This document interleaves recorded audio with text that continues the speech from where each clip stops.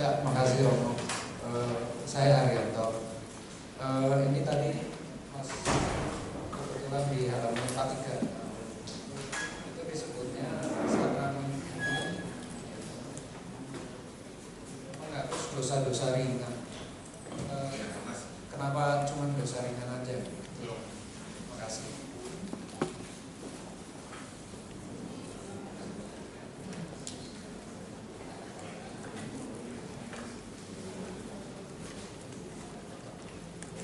Selamat siang, sore Romo. Sebelumnya saya ingin mengucapkan terima kasih atas segenap buku 2 hari ini. Benar-benar isinya daging Romo dan saya sangat senang ikutnya. Sangat bermanfaat sekali. Pertanyaan saya mungkin terkait dengan diskusi ekumenis, tapi bagi saya belum terjawab. Yang pertama itu melanjutkan mengenai doktrin transubstansiasio yang tadi Romo sampaikan. Sekarang ini kan makin banyak denominasi di luar Katolik yang juga mengadakan ibadah perjamuan dengan menggunakan roti dan anggur versi mereka sendiri.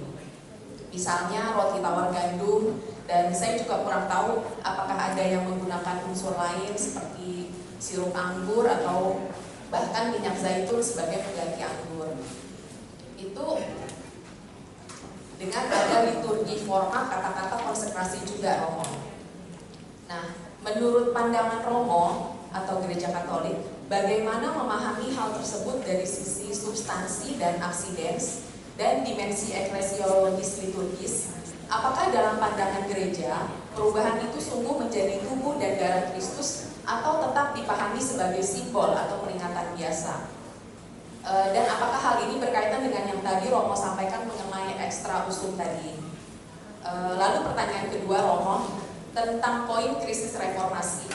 Menanggapi kerancuan penggunaan istilah di zaman sekarang, apakah misa ekaristi dengan istilah perjamuan kudus sebenarnya memiliki makna yang sama atau ada perbedaan makna teologis menurut Gereja Katolik? Nah itu aja Romo, matur nuwun sangat Romo. Kristin, nama saya Kristin.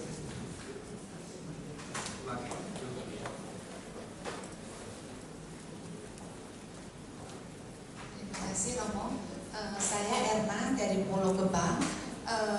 Yang ingin saya tanyakan Romo gini, saya sangat berterima kasih untuk bisa mengikuti seminar dari Romo, dan saya sangat percaya banget dari kuasa ekaristik ini ya Romo.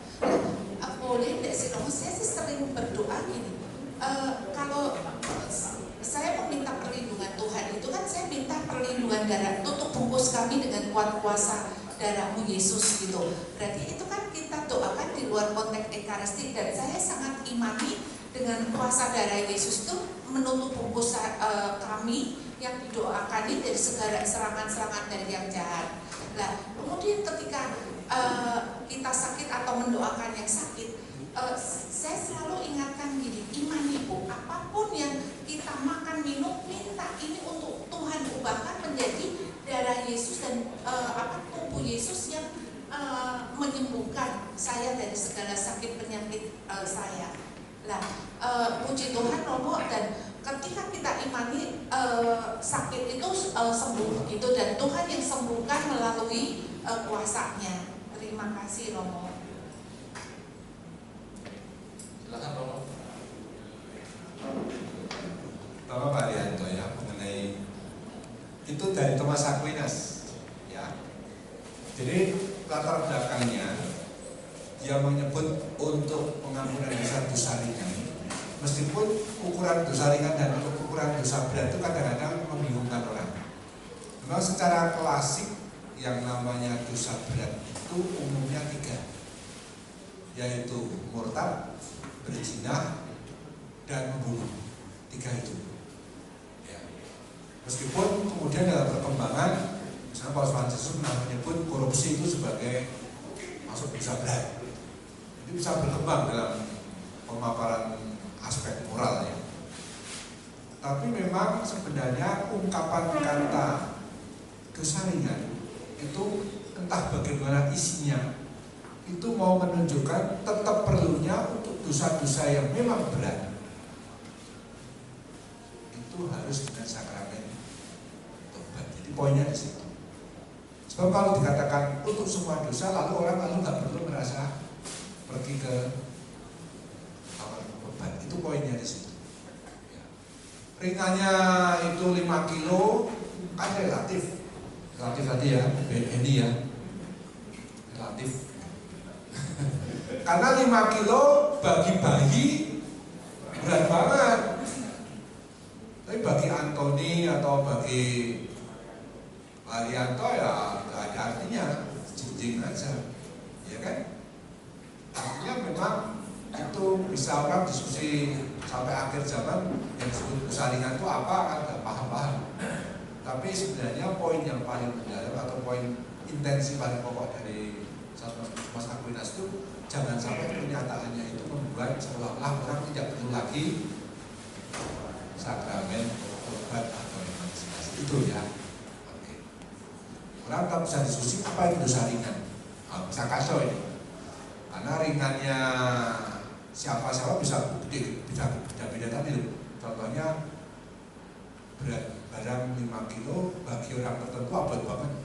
Bagi saya pun mungkin sudah mulai berat karena saya ada ciri-ciri itu cedera yang dokter bilang kamu ini sembuh itu, kamu hati-hati aja. Misalnya macam itu. Lalu dari Kristen diskusi ekumenis. Jadi Kristen benar banyak denominasi. Bahkan Dimas Kristen itu pernah cerita waktu kita diskusi soal undang-undang 12 ketika saya masih mengurusi fakultas dan asosiasi filsafat teologi. Di asosiasi filsafat teologi, asosiasi filsafat teologi Indonesia itu membawahi semua STFT se-Indonesia. Jadi kalau pemerintah mau ngomong, Depak mau ngomong dengan perwakilan dari STFT, sekolah-sekolah tinggi Katolik, itu namanya AFTI. Dulu kami ikut mendirikan di Jogja. Intinya waktu itu Dimas Kristen bilang begini, setiap tahun kami itu harus meng-ACC belasan, kadang puluhan itu gereja Kristen baru. Kenapa? Gereja Kristen baru itu membutuhkan pengakuan pemerintah, jelas. 2, supaya dapat bantuan dana dari Dewan. Poinnya juga keuangan juga. Nah, mereka cerita seperti itu. Maka memang jadi nggak menentu, nggak karuan gitu. Saya nggak bisa mengatakan mana betul mana salah, tapi memang gereja menuntut suatu apapun istilahnya, entah itu namanya perjamuan kudus misalnya ya, apapun istilahnya, atau ekaristi, atau tadi ada komuni suci, ada Anglikan kayak komuni suci, ada sintaksis, ada macam-macam istilah itu, tetap dibutuhkan itu benar-benar tubuh darah Kristus. Rotinya harus tak berarti, anggurnya harus anggur yang memang untuk misa. Kita kurang tidak boleh ada campuran yang lain. Fermentasinya ada, tetap harus jadi angguran yang butuh fermentasi, tapi pada kadar-kadar tertentu dan cara pembuatannya pun harus dicek untuk tidak asal anggur. 2, kata-kata konsekrasinya bisa jadi sama mungkin ya, tapi mungkin berbedanya pada pendetanya. Gereja Katolik sampai hari ini tidak bisa mengakui para pendeta itu punya suksesio apostolika. Tahu nggak suksesio apostolika? Suksesio apostolika itu artinya tahbisan imam romo oleh uskup yang sah. Uskup yang sah ditabiskan oleh 1 uskup pentahbis dan 2 uskup pendamping, dan itu semua uskup yang mentahbiskan itu harus punya runutan rujukan atau dulu ditabiskan oleh uskup-uskup yang benar pula, yang sah pula, diturut terus suksesio penerusannya, sampai akhirnya sampai ke kolegium atau kelompok para rasul. Jadi memang ada kesinambungan yang tanpa henti sejak para rasul. Pengembangan itu tanpa henti. Nah, banyak gereja Protestan itu pendetanya memang dipertanyakan oleh gereja Katolik apakah punya suksesio apostolika atau tidak. Dulu ada penelitian untuk gereja Anglikan yang merasa sebenarnya ajarannya sama dengan Katolik banyak hal, ada bedanya tentu. Tapi memang pemisahnya dengan gereja Katolik itu lucu. Kalau masih ingat Raja siapa, Henry ya, 8 ya, itu gara-gara karena mau menceraikan kawin lagi, lalu marah sama mereka itu, lalu memisahkan diri. Jadi alasan sangat ya personal, ya aneh lah sebenarnya kalau bagi kita ini. Tapi ya udahlah, bukan soal benar dan salah, tapi soalnya itu yang terjadi. Nah, kemudian ada Paus Leo ke-13 yang sekarang akhir abad 19, dia meminta coba tolong dicek, diselidiki, ada tim apakah gereja Anglikan itu punya tabisan yang sah para imamnya. Hasilnya negatif, tidak sempat terpisah sukses apostolika. Jadi mereka tabisan tidak diakui. Sehingga kalau penderitaan tidak diakui oleh gereja Katolik sebagai romo yang sah, semua sakramennya tidak. Itu poinnya di situ. Jelas ya. Baik. Jadi pertanyaanku yang lebih detail, apakah ada substansi, ada substansi, itu semua sudah tidak relevan karena pendetanya itu bagi Katolik tidak punya sukses apostolika. Yang kedua, kasus reformasi soal istilah-istilah ya, perbedaannya. Untuk misa dan ekaristi dua-duanya sah dipakai. Hanya perbedaannya tekanan. Semua istilah itu kan punya tekanan ya. Misalnya ada orang gemuk dipanggil bedut. Bedut itu menunjuk gemuknya. Maaf, dia buta. Buta.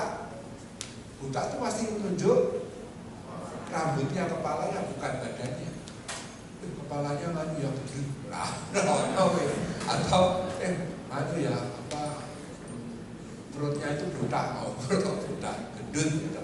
Jadi kan satu istilah itu menunjuk ke kualitas tertentu. Nah, misa itu tekanannya pada iter missa es. Pergilah kalian diutus, artinya dikaitkan kata mitere, artinya misi, artinya perutusan.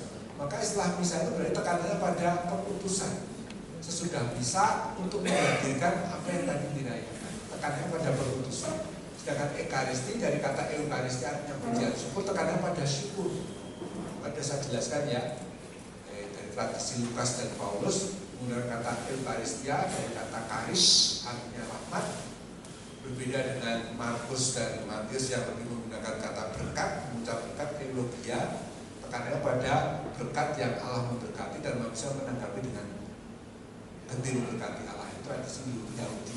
Karena jumlahnya berbeda antara Markus dan Paulus. Itu ya. Coba lihat kalau kita tuh belajar banyak sekali sebenarnya. Maaf ya, saya agak yakin romo-romo banyak yang nggak tahu. Karena yang murid-murid saya belum pernah saya ajari ini. Jadi banyak hal. Kalau ini coba ditanyakan sama Rudi misalnya.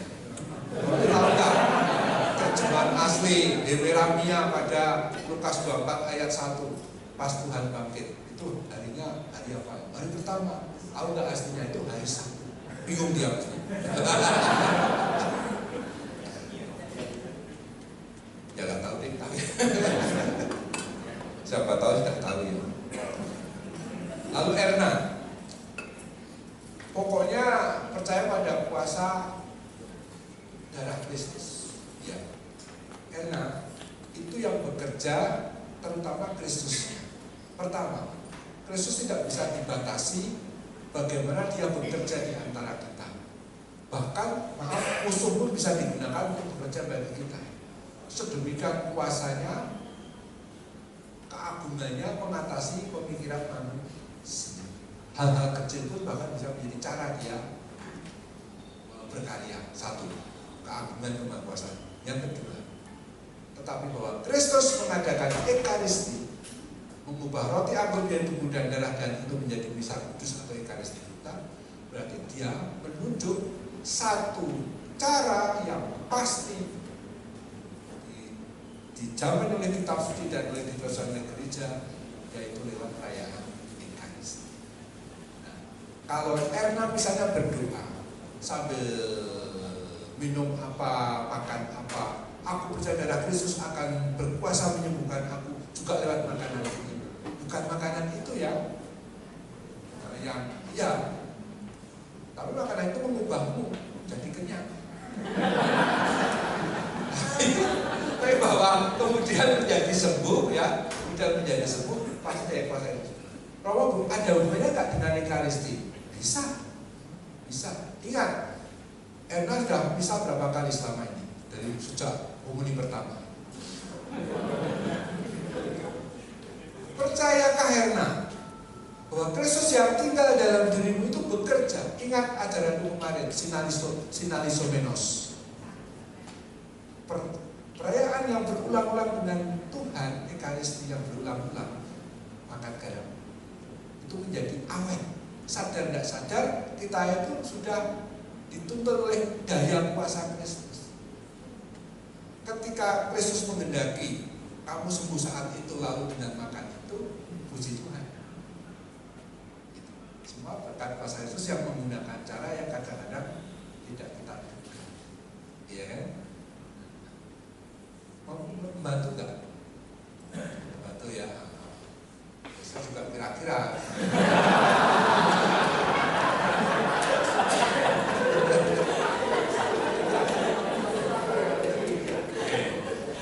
Oke, baik, Marco. Terakhir. Marco udah ya? Pertanyaan, kita kasih pertanyaan lainnya.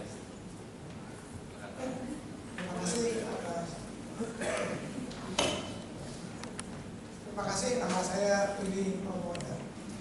Mengenai buku Romo, saya tidak ada pertanyaan karena sangat baik sekali, sangat komprehensif, sangat dalam analisanya.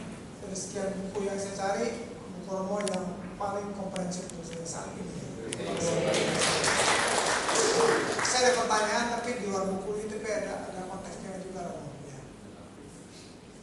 Ya, pernyataan Paulus Leo 14 mendapatkan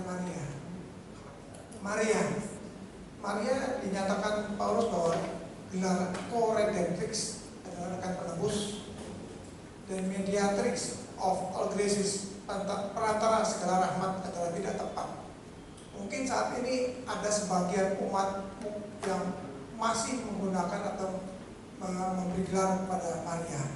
Bagaimana pandangan Romo terhadap Maria dalam kehidupan sehari-hari untuk umat Katolik? Terima kasih. Ya, saya lepas dari bagian dari Gereja Katolik yang mengikuti dengan saat setia pada Paulus Leo ke-14. Lepas dari itu, objektif memang co-redemptrix itu bisa menyalahkan satu-satunya pengantara, yaitu Yesus Kristus. Co-redemptrix itu kan berarti penebus, rekan penebus. Kalau nggak benar memahami istilah itu, lepas dari para pendukungnya yang melihat tidak mungkin Kristus itu ada di dunia tanpa Maria. Salah berpikirnya, Pak. Kenapa? Seluruh kejadian pada Bunda Maria itu harus jangan dari Marianya berpikirnya. Kalau nggak ada Maria nggak ada Kristus. Enggak, gereja Katolik nggak berpikirnya terbalik gerejanya. Terbalik cara berpikirnya. Ada Maria sebagai ibu Tuhan karena dipilih oleh Kristus sejak awal mula sebelum dia lahir. Contoh dogma Immaculata, Maria yang dikandung tanpa noda dosa. Mengapa itu lahir? Dan itu benar karena kalau Bunda Maria ini hanya perempuan biasa seperti kita, maka Kristus yang pertama kali hadir di dalam rahim Bunda Maria hadir pada tubuh yang sudah kena dosa. Lah kalau Kristus hadir dalam tubuh yang kena dosa, dia ikut berdosa. Kalau dia ikut berdosa, dia nggak mungkin jadi penebus atau juru selamat. Karena keselamatannya datang dari Allah. Maka Yesus harus datang dari Allah. maka itulah dia dikandung Tuhan Yesus dikandung dari Roh Kudus, ya kan? Matius bab 1 ayat 18 dan 20, atau dalam Lukas bab 1 ayat 35 itu dikatakan Roh Kudus akan menaungi engkau, bahasa lain dari dikandung dari Roh Kudus. Nah, tapi Yesus juga harus sungguh manusia. Nah, caranya gimana? Ya caranya Maria ketika dikandung pertama kali jadi manusia pertama, mungkin maaf ya, pembuahan dari bapak ibunya, katanya Santo Yoakim dan Santa Anna, itu sudah langsung dilindungi oleh rahmat penebusan Kristus yang baru akan diperoleh nanti ketika Yesus sudah wafat dan bangkit. Jadi kebangkitan Kristus, wafat dan Kristus itu sudah menebus ibunya sebelum ibunya jadi manusia atau saat jadi manusia. Bisa mikirkan ini? Karena apa? Ingat, Yesus adalah sungguh Allah, maka efeknya pun bisa sesuai dengan kehendak Allah sampai ke pihak bundanya yang jadi manusia, sehingga dia dilindungi supaya nanti kandungannya sejak awal memang sudah bersih dari segala noda. Jadi berpikirnya harus dari Kristusnya. Jadi satu-satunya penebus itu cuma Yesus Kristus. Dengan kata koredentis bisa berbahaya. Orang menafsirkan mereka seolah kalau tanpa Maria gak ada Yesus Kristus. Mulai paham ya? Paham ya? Enggak mungkin Maria itu ada seperti itu ya karena Kristus. Jadi istilah saya itu kalau berpikir tentang Mariologi harus berpikir tentang mengapa Maria tetap perawan padahal dia melahirkan Yesus. Oke Romo, sebelum melahirkan dia masih perawan, tapi sudah melahirkan kan nggak mungkin secara manusiawi, secara biologis. Tapi gereja mengajarkan dengan sangat kokoh dan saya sangat setuju, Maria itu perawan baik biologis maupun rohani. Kok bisa? Bisa saja. Karena orang yang melahirkan dan tetap perawan itu hanya ada satu titik sumber dan kemungkinan, tindakan Allah, tindakan ilahi. Loh, masa bisa? Sebentar. Baca Lukas bab 1 ayat 37. Apa ada kan? Lukas 1 ayat 37. Ini coba baca. Itu jawaban pokoknya itu. Jadi kalau kebingungan, pakai rumus Lukas 1 ayat 37. Untuk segala hal yang ada Bapak Ibu bingung, Lukas 1 ayat 37.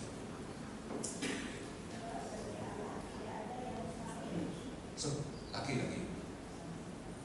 Lukas 1 ayat 37, sebab bagi Allah tidak ada yang mustahil. Jadi bagi Allah tidak ada yang mustahil, termasuk kelahiran Yesus dari Maria tetap perawan. Elizabeth yang sudah tua, kok bisa melahirkan mengandung anak? Bisa aja, sebab bagi Allah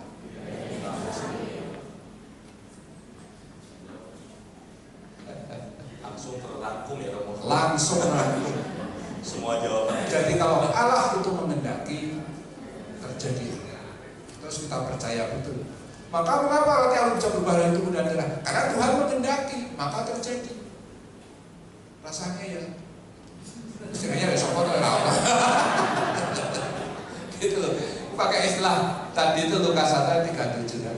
Bagi Allah tidak ada. Wes apapun kesulitannya tercover aja. Baik Romo Marto, Bapak Ibu, terima kasih. Gak terasa kita sudah selesai sampai jam 3 sore, lebih di waktunya. Silakan untuk yang tadi bertanya, boleh maju ke depan, Pak